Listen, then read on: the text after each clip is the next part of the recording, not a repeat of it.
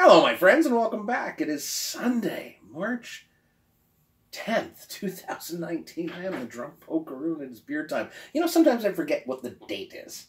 Not because I don't know, but because really I kind of live in a world where I'm either working or I'm not working. And when you work 7 days in a row, I'm on day 6, one more to go, you just kind of lose track of what day it is. You just know what you got to do that day. So, how are you doing?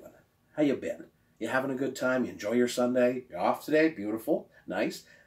I got home, had some nice dinner, came down for a pint. How many pints? Oh, who knows? I've been really good this week. Up first tonight is from our friends at Left Field Brewery. Had a great time there last week. Took my brother-in-law because I know he likes sports. Great baseball theme.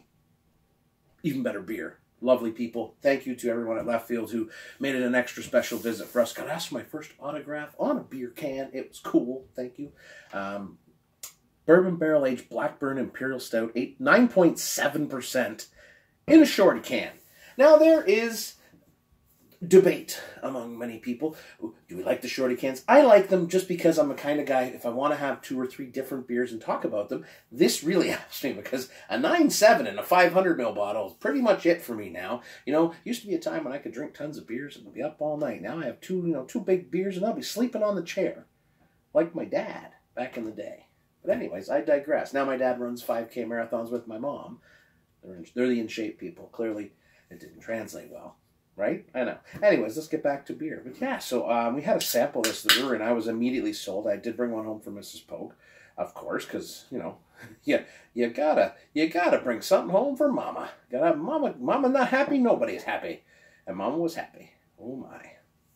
This was a big one. This was a big one. This was nice. There's something about bourbon barrels. Now, the funny part was I'm not a big bourbon guy. My brother-in-law is, so we had some bourbon when we got back to his house.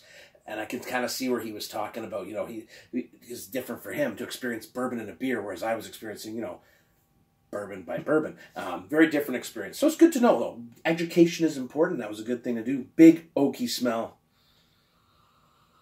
Rich dark chocolate. Caramel.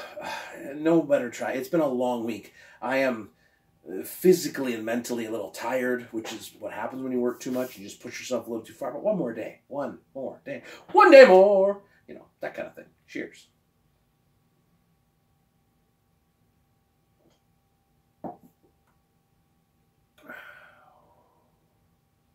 Oh, that's rich. That is rich. Beautiful. Wow.